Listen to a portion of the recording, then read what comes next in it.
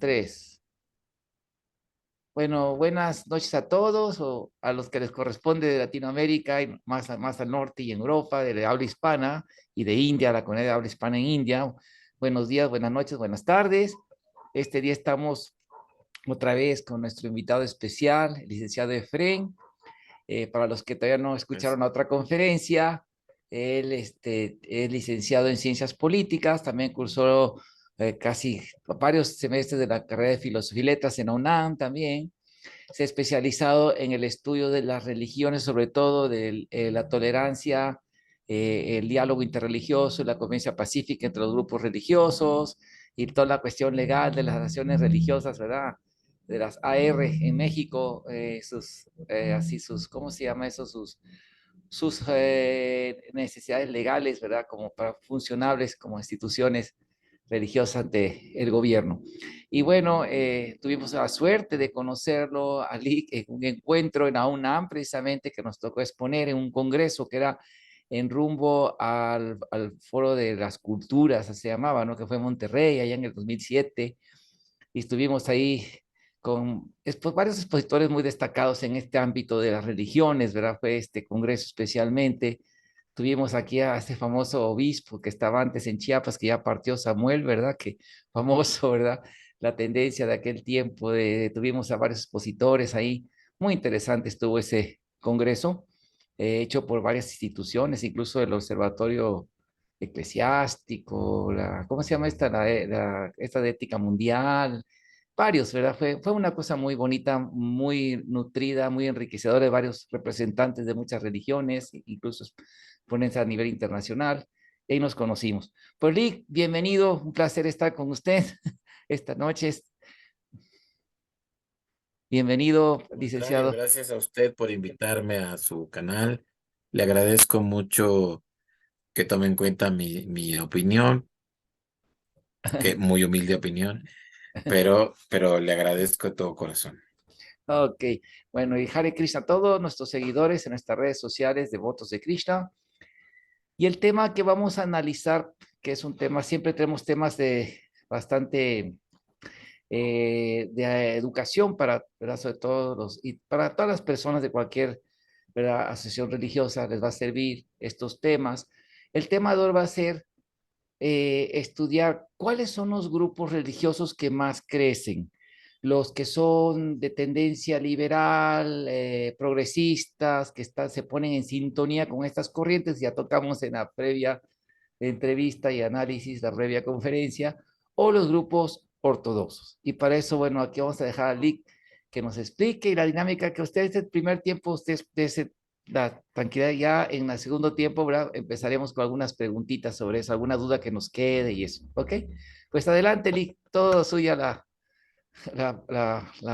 plática. Muchas gracias.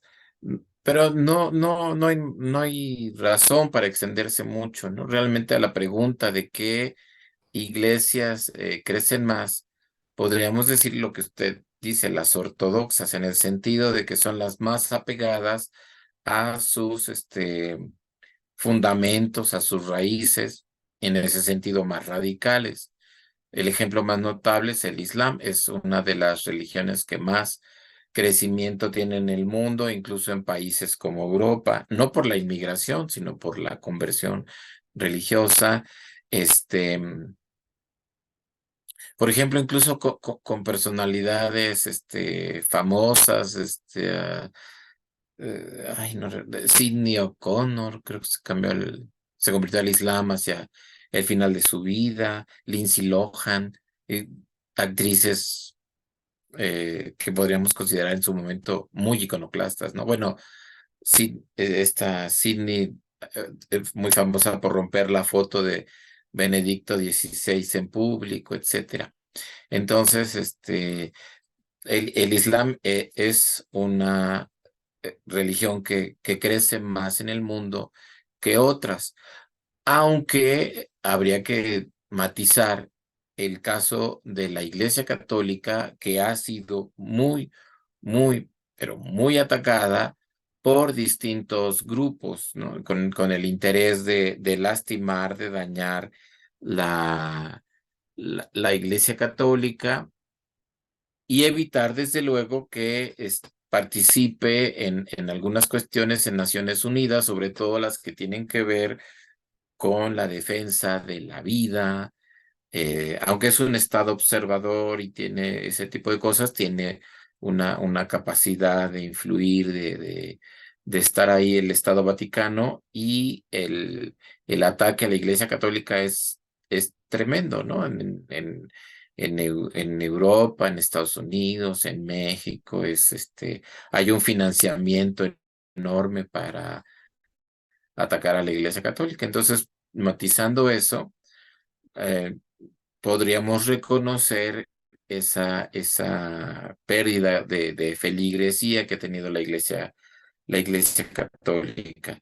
Y, y, mm, por ejemplo, en México, las iglesias evangélicas de corte muy radical son las que tienen mayor crecimiento en México, ¿no? Uno lo puede ver a lo largo de los censos que se han realizado, y cómo ha incrementado poco, pero de manera significativa. Por ejemplo, el caso de Chiapas que usted mencionaba, de Samuel Ruiz, es uno de los casos donde las iglesias evangélicas han tenido un mayor captación de feligresía. Y obviamente son iglesias que podríamos llamar muy ortodoxas o muy conservadoras. Ese ha sido el signo de ese tipo de iglesias. Entonces, realmente no hay mucho más que comentar al respecto, porque eso es lo que está sucediendo. Y otras iglesias no han tenido, o incluso han tenido fracturas por incorporar a su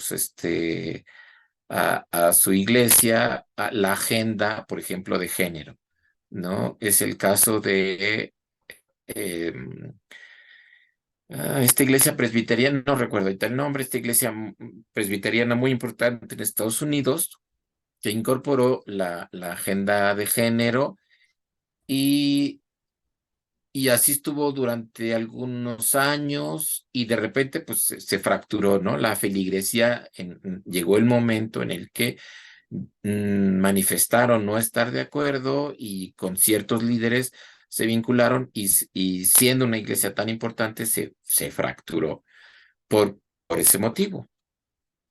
Entonces, la, la inconformidad que tiene mucha gente respecto a la incorporación de la agenda de género en determinadas instituciones, temas, empresas, es causa de inconformidad, no de una inconformidad militante, podríamos decir, no se ponen a, a manifestarse en contra, simplemente no quieren tener algo que ver, o mejor dicho, nada que ver con la agenda de género en ese nicho al que pertenecen.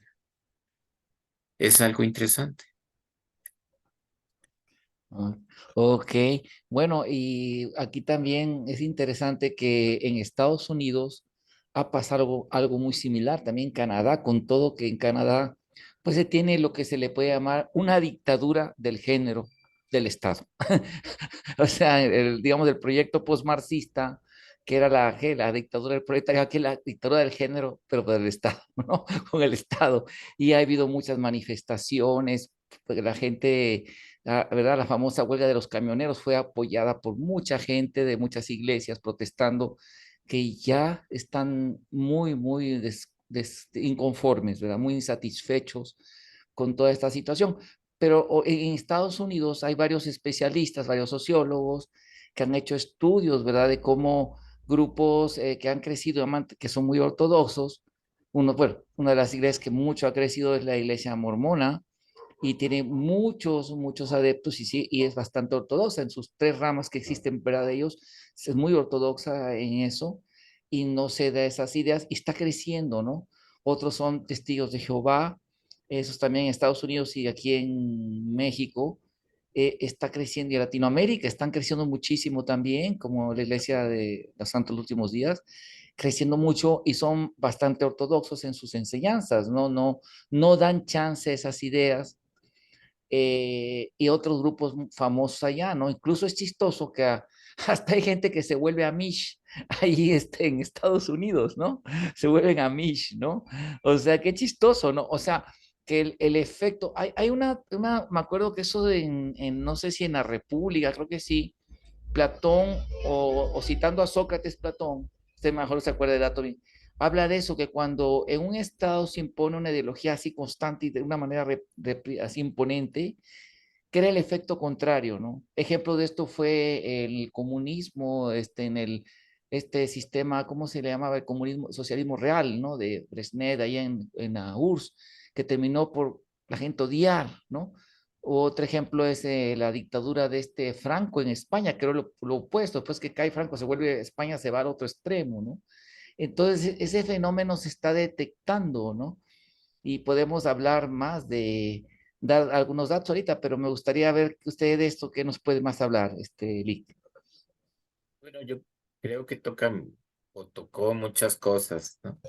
La, pero lo que quisiera comentar, así como de entrada, es la complejidad del alma humana, ¿no? Es decir, este, si, si hay una situación de opresión, lo más cómodo es quedarse callado. Mucha gente no, digamos, aunque estén con cierta opresión, mientras llegue hasta cierto punto, se quedan quietos, ¿no? Entonces, hay algunas, sin embargo, siempre hay gente que está dispuesta a dar la vida, a inconformarse, a señalar lo que está mal. Podemos ver que algo está mal y quedarnos callados y no decir nada, ¿no? Quisiera citar un caso muy famoso, pues, en la historia, que de unos universitarios en la Alemania nazi que hicieron la organización La Rosa Blanca, que fue, bueno, obviamente el régimen nazi había exterminado, perdón, todos los partidos, había eliminado a la oposición y quedó libre para actuar como quisiera. Y en ese contexto es que impulsaron primero la, la, la, la idea de que los niños mal formados deberían ser eliminados antes de nacer. Y eso generó una indignación en la población y hubo, digamos, cierta manifestación general que hizo retroceder en esa postura al régimen nazi. Y después, por otra serie de cosas, ya la gente no se manifestó de manera general en contra, sino que ya aceptaron, por ejemplo, la implantación de guetos y ese tipo de cosas, porque ya no eran ellos, eran los otros.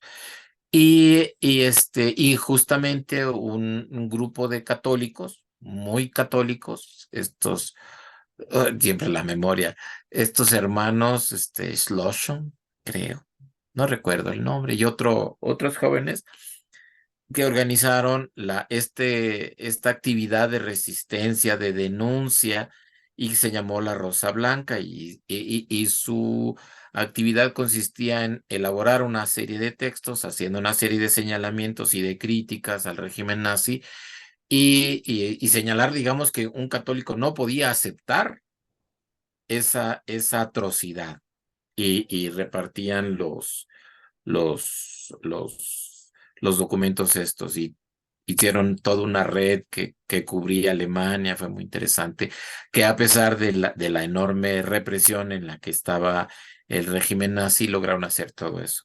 Finalmente son descubiertos y son apresados, y los dos hermanos, que no recuerdo el nombre, y otro más, este, les pusieron la alternativa que se retractaban o los ahorcaban, y no quisieron retractarse y se dejaron ejecutar, digamos.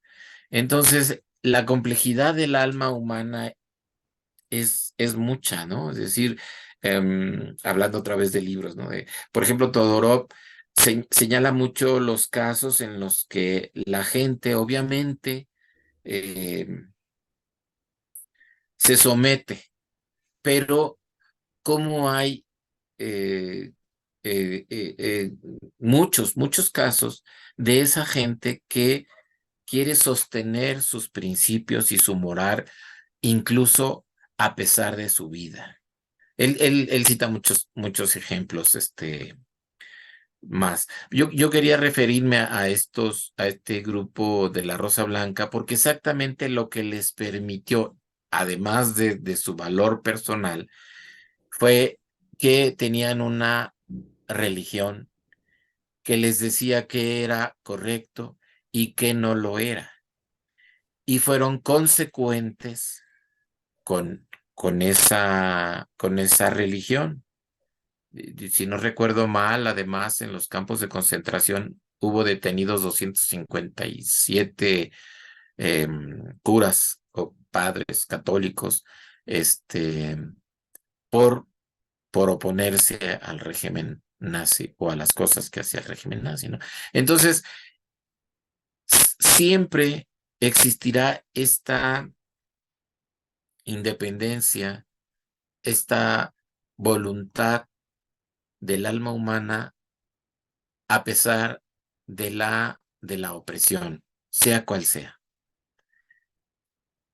Los ejemplos son eh, llamativos, ¿no? O sea, eh, mucha gente de inmediato se, se, se somete, pero muchos otros. Y esos son los importantes porque ellos son los que pueden en un momento dado eh, ser la guía para ese tipo de resistencias que finalmente acaban derrocando muchos de estos regímenes. Entonces, la, la, la existencia de una dictadura no significa que va a ser perpetua. Y ahorita que estamos viviendo una dictadura de género, en todo el sentido de la palabra, ¿no? Porque las leyes de género, eso lo dice el AGE también, es el que el que lo dice, las leyes de género no funcionan sin el Estado. O sea, hay una contradicción. Se la pasan criticando al Estado heteropatriarcal y es al primero que acuden para poner las leyes que van a reprimir los derechos, ya no digamos las opiniones de la gente, ¿no?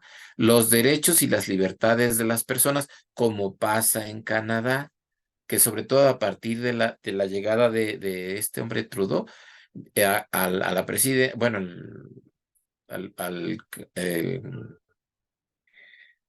al cargo que ocupa, pues, que ha impulsado muchísimas y ha sido uno de los más radicales en imponer esa agenda en Canadá, más que en Estados Unidos, ¿no?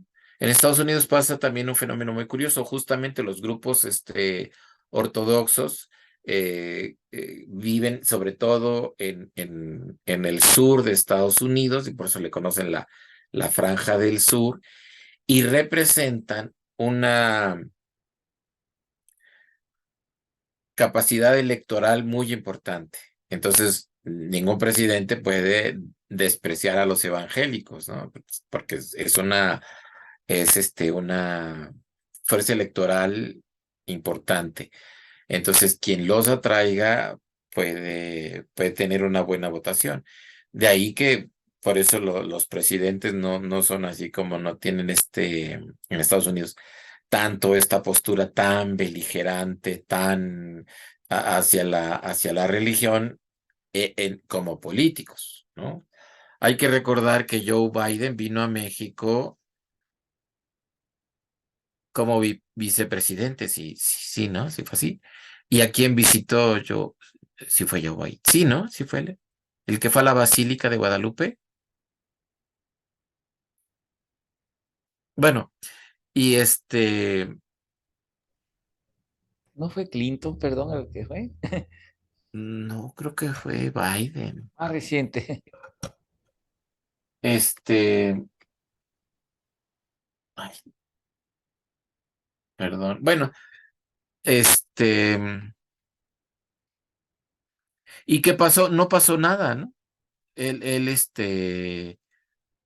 fue, no, sí, bueno, no sé si fue Biden, pero fue uno que fue vicepresidente y era católico y vino a México y fue a visitar la Basílica de Guadalupe y regresó a su país y como si nada, ¿no? Nadie le hizo un escándalo de que hubieran hecho aquí en México si un funcionario va a la Basílica de Guadalupe.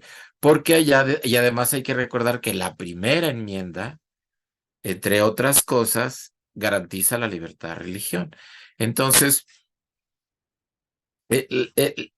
por el balance de fuerzas es que no han hecho más cosas, pero de que hay una embestida contra la religión es algo mm, obvio, ¿no? Pero bueno, guardan ciertos eh, reservas. Y así es por distintos países, ¿no? No es lo mismo la Francia, que es, digamos, muy laica, eh, México, que tiene un laicismo que no es laicismo, o un estado laico que no es laico, sino que ya es un laicismo radical que vulnera los derechos. Ya lo hablamos la vez pasada, ¿no? Justamente con lo de Juárez. Turquía es otro país así que tiene un estado laico muy agresivo, a pesar de que es un país musulmán y muy practicante la gente, tienen muchas cosas presentes. Bueno, entonces diríamos esto, ¿no? Porque ya me desvié creo que muchísimo, pero la idea es que el alma humana finalmente no es sometible en absoluto. Y siempre puede haber quienes manifiesten la inconformidad ante la opresión. Y lo que yo encontraría es que los más fuertes que lo hacen son los que tienen una religión, como el ejemplo que cité, pero podríamos citar muchos otros. Ah, muy No sé. interesante. Sí, ¿no? Muy, muy bonito este tema, muy interesante la reflexión. Y bueno, aquí cabe también señalar que no nada más los grupos religiosos, que o sea que digamos que el argumento que sobreenfatiza mucho los teólogos de tendencia progresista, ¿verdad? Los queer, los teólogos feministas y los que quieren decir progreso, woke, ¿verdad? Toda esa idea postmodernista es que dicen que hay que estar, que la religión está en consonancia con las ideas generales, o sea, adaptarse o adaptar las ideas que están en boga, en moda, para que así tengan más seguidores. Y es interesante que, por ejemplo, también las empresas tomaron esa postura. Vamos a hablar un ejemplo, uno de los más casos más ejemplares. Vamos a ir empezando. Hubo un grupo que salió en el 2004, 2002, por ahí, 2004, 2004, 2005, que se llamaba Ozon, que eran de Rumania, y ellos tenían, habían tocado, pero no, nunca trascendieron ahí en Rumania. Trascendieron con una pieza que se llama Dragos de Adinte, que en español quiere decir que tú eres tan dulce como el té, que es una letra en que le está hablando el novio a una muchacha que es su novia, pero ya le hicieron, me voy contigo, ¿verdad? Te quiero y te amo todo, pero, o escaparme contigo, no. O sea, este tiene un mensaje, digamos, de pulcridad, de respetar la vida, no huirse, sino casarse bien. pero estos muchachos lo manejan y se envolvió el himno gay, de hecho con mucha simbología LGTB, ninguno de ellos es homosexual, pero así lo manejaron y luego ahí sacaron otras versiones, otros cantantes la sacaron ya, digamos, hubo una cantante con su esposo, la sacó muy bonita y en fin, pero se quedó como un himno de representación, ¿no? A la comunidad, de esta comunidad, que está bien, digo, pues, tiene sus derechos, pero digo, estamos hablando de eso.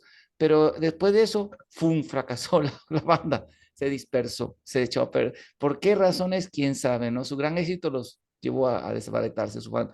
Otro ejemplo, podemos hablar, Hollywood también empezó a meter mucho contenido de ese tipo. Resultado fue una pérdida enorme de billones de pesos porque la gente no les gusta ese contenido. La gente es porque va contra los principios de la religión. Otro ejemplo es Disney, y eso está bien documentado, ¿verdad? Por varios especialistas e incluso medios de comunicación muy serios, que perdieron 72.000 millones de dólares por el contenido de ese tipo, ¿no? De ese de género y progresista, en las películas de niños, y que fueron fracasos rotundos de 72.000 millones de dólares, y corrieron ya a la programadora que metía esto, la corrieron. En cambio, otra película como Mario Bros y otras películas así, Los Sonidos de la Libertad, la reciente, ¿verdad? De este señor Aristegui, ¿verdad? Eduardo Aristegui, ¿no se llama? Él hasta tiene un gran éxito. Verástegui, creo. Ajá, sí, ¿verdad? Entonces, otro dato también es compañías de cerveza, en fin, hay una lista de que eso va en Genial. caída, la gente no quiere. Ah, y otro dato muy interesante, que 22, estuvo en Epoch Times, da el documento y muy bien, ahí da la referencia acá donde apareces de, de Gallup, de la estadística, la reconfirmó Gallup, 22 estados de Estados Unidos pusieron leyes, que como ya se quitó como eso constitucional el aborto, establecieron leyes también en sus estados para prohibirlo allí, y no nada más eso, prohibir la agenda de la educación llamada integral sexual, que es la agenda de la educación de género y progresista, la prohibieron en las escuelas. Entonces, esa cuestión, otra cosa, esa cuestión, los estudios también hechos mío por Galú y todos ellos, son grupos de esas tendencias minoritarias, porque son minoritarias, que a lo mucho llegan al 5% en Estados Unidos, de acuerdo a la ley, y aquí en México no llegan ni al 2%, esas tendencias, no solo no están siendo, digamos, como la propaganda de cono que nos hacen, ¿no? Que nos ponen las hormigas gigantes, ahí como en el cine, ¿no? Toda esa propaganda que en realidad son pequeñas minorías que merecen todo su respeto, sus derechos en su espacio, como todos deben tener, ya los tienen, de hecho, pero yo me refiero a que nos quieren así vender ¿verdad? ¿Cómo se llama? Ese tiempo, esa idea de que ellos así, pero en realidad están en caída cada vez, ya ha sido una gran pérdida, o sea, no es cierto que son las ideas que la gente le atrae, y lo opuesto, ¿verdad? Se está dando, ¿no? Así es un tema muy interesante, ¿verdad? No sé qué nos puede decir de esto, Lick. Este, es- bueno, se me ocurren de cosas, estaba pensando y recordando cosas sobre lo que usted estaba comentando. No sé si era algo más sistemático o en algo en una línea en particular, pero si me deja en la libertad, pues yo me descoso. Algo que podemos ver en estos últimos 40 años de la historia de la humanidad es efectivamente cómo de casi de la nada a la actual dictadura fue en un abrir y cerrar de ojos. Fue una estrategia muy exitosa en ese sentido. Este, incluso con un discurso que en los primeros años, los ochentas, noventas, podían desarmar, digamos, cualquier otra argumentación, aunque después ya se comprobó que estaba basado en mentiras, ¿no? El caso de que de veras se puede, que es cultural la cuestión de género, porque no en todas las publicaciones falsas que hizo no, ahorita no recuerdo si fue Mooney, de que él había podido cambiar culturalmente el género de uno de los hermanos, y eran falsas todas esas publicaciones, no es cierto, siempre tuvo conflictos, bueno, y acabaron suicidándose. también la estadística de que 7 cada 10 hombres tenía relaciones homosexuales o había tenido experiencias homosexuales. Y bueno, después vieron que la población en la que se hizo esa encuesta era con presos, y que el 60%, no sé qué cantidad exacta, eran delincuentes sexuales, etcétera. Entonces, muchos de esos argumentos en los que se basa la ideología de género, han demostrado su falsedad. Y entonces ahora por eso ya, bueno, olvidemos eso, y entonces ahora todo es cultural, y de hecho es hasta autopercepción. Bueno, y eso ya es una contradicción que se puede ver en España, por ejemplo, con la ley Montero, que le llaman. Entonces ya cualquiera, muchos críticos incluso, han dicho: entonces soy mujer, y entonces sí puedo hablar mal de estas cosas, y no me pueden acusar de macho porque soy mujer. Así pues, de incongruente puede ser, ¿no? Esta teoría. Pero bueno, estaba recordando sobre todo algo que me trajo a la memoria. Fue, yo creo que 1970, máximo 1976, Pier Paolo Pasolini dijo que esta lucha de liberación sexual, bueno, hay que recordar, Pier Paolo Pasolini fue un cineasta italiano, muy importante sí, los 60, 70, em, eh, miembro del Partido Comunista, militante comunista, homosexual, declarado abiertamente militante homosexual. Y sin embargo, él dijo que esta lucha cómo él percibía lo que se trataba de hacer para supuestamente liberar la sexualidad y la cuestión de los homosexuales, no era más que una mentira, una farsa que el propio capitalismo estaba haciendo para evitar el crecimiento o la verdadera consolidación de una lucha comunista, y eso alcanzara una verdadera liberación del ser humano. Y él era digamos, hoy podríamos decir, de los progres, ¿no? Y él mismo vio que esto era una farsa. En los años 70, podríamos decir que apenas con lo poquito que en ese entonces se había hecho, pudo detectar lo falso que es la ideología de género para una verdadera teoría de izquierda. Así, un verdadero análisis de izquierda diría que esto es una falsedad, pero hoy en día identificamos todo lo que es ideología de género con la izquierda en un montón de países, ¿no? O sea, de hecho, ya son una sola cosa, como han denunciado Márquez y Laje en su famoso libro, ¿no? Bueno, entonces vemos lo que ha pasado. Pasaron de la nada a ser una dictadura. ¿Y qué ha hecho la gente? La gente no ha dicho, bueno, por ejemplo, desde luego, y nadie en sano juicio diría no a los derechos de las mujeres, ¿no? Porque han sido violentadas, han sido agredidas, no tenían una serie de derechos. Por ejemplo, el voto en México no lleva más de 100 años, ¿no? Simplemente.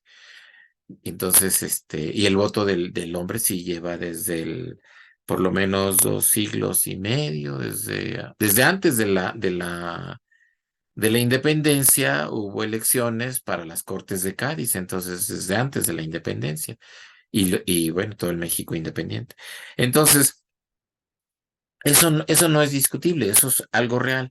El problema es que a esta lucha se le ha montado la cuestión del género. Y desde luego, como se ha convertido en un negocio, pues nadie va a dejar de luchar por los derechos de las mujeres, ¿no? Y entonces eh, lo vemos mucho con lo que están haciendo en España, Montero, que ya están desvariando, inventando que si esto, que si aquello, que si, bueno, ya está con la caricatura de Dragon Ball se meten, etcétera. ¿Y qué ha hecho la gente? Bueno, la gente ha sido bastante paciente, ¿no? Yo, bueno, haces esto, está bien. Pero, y desde luego empresas como Disney y otras han estado tratando de meter, de impulsar el, el, el tema LGBT, la ideología de género y todo eso a los niños, en particular dirigido a los niños. Y entonces la gente fue paciente, ¿no? Incluso yo diría que hasta Toy Story 4 no hubo así como ese boicot a Disney. Y sin embargo, ya entonces Disney intentó, bueno, porque ha sido eso, ¿no? Poquito, hacemos esto, hacemos esto, hacemos esto. Y ya cuando trató, sobre todo en Buzz Lightyear y en otras películas, de imponer o de poner, de naturalizar la cuestión LGBT, es cuando ya los padres dijeron no. Y entonces no es que se organizara un boicot propiamente, simplemente la gente no fue al cine. No te voy a dar mi dinero para que le digas eso a mi hijo.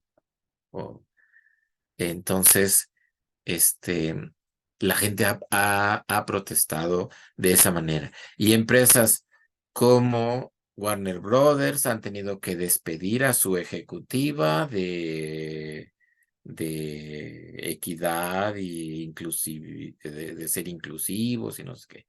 Disney, desde luego, fue el caso más significativo porque incluso Disney hasta pensaba tener que vender alguna de sus secciones o no sé, de su emporio para no irse a la quiebra por la pérdida millonaria, porque además también tenían esa actitud, ¿no? Los funcionarios de estas empresas, así como de nosotros somos los que tenemos la sartén por el mango y les vamos a decir lo que ustedes van a ver. Hasta que la gente dijo, no lo compro. El caso de la cerveza que usted menciona es Bud Light, ¿no? Creo. Y que pusieron en una lata la imagen de un influencer transexual. Y eso le generó pérdidas catastróficas a la empresa, porque la gente que vivía cerveza, que tenía esa identidad, que quería no sé, simplemente yo soy una persona que voy a trabajar, que el sábado y que el viernes voy a tomarme unas cervezas y no voy a hacerlo con un transexual en la lata. Y tuvieron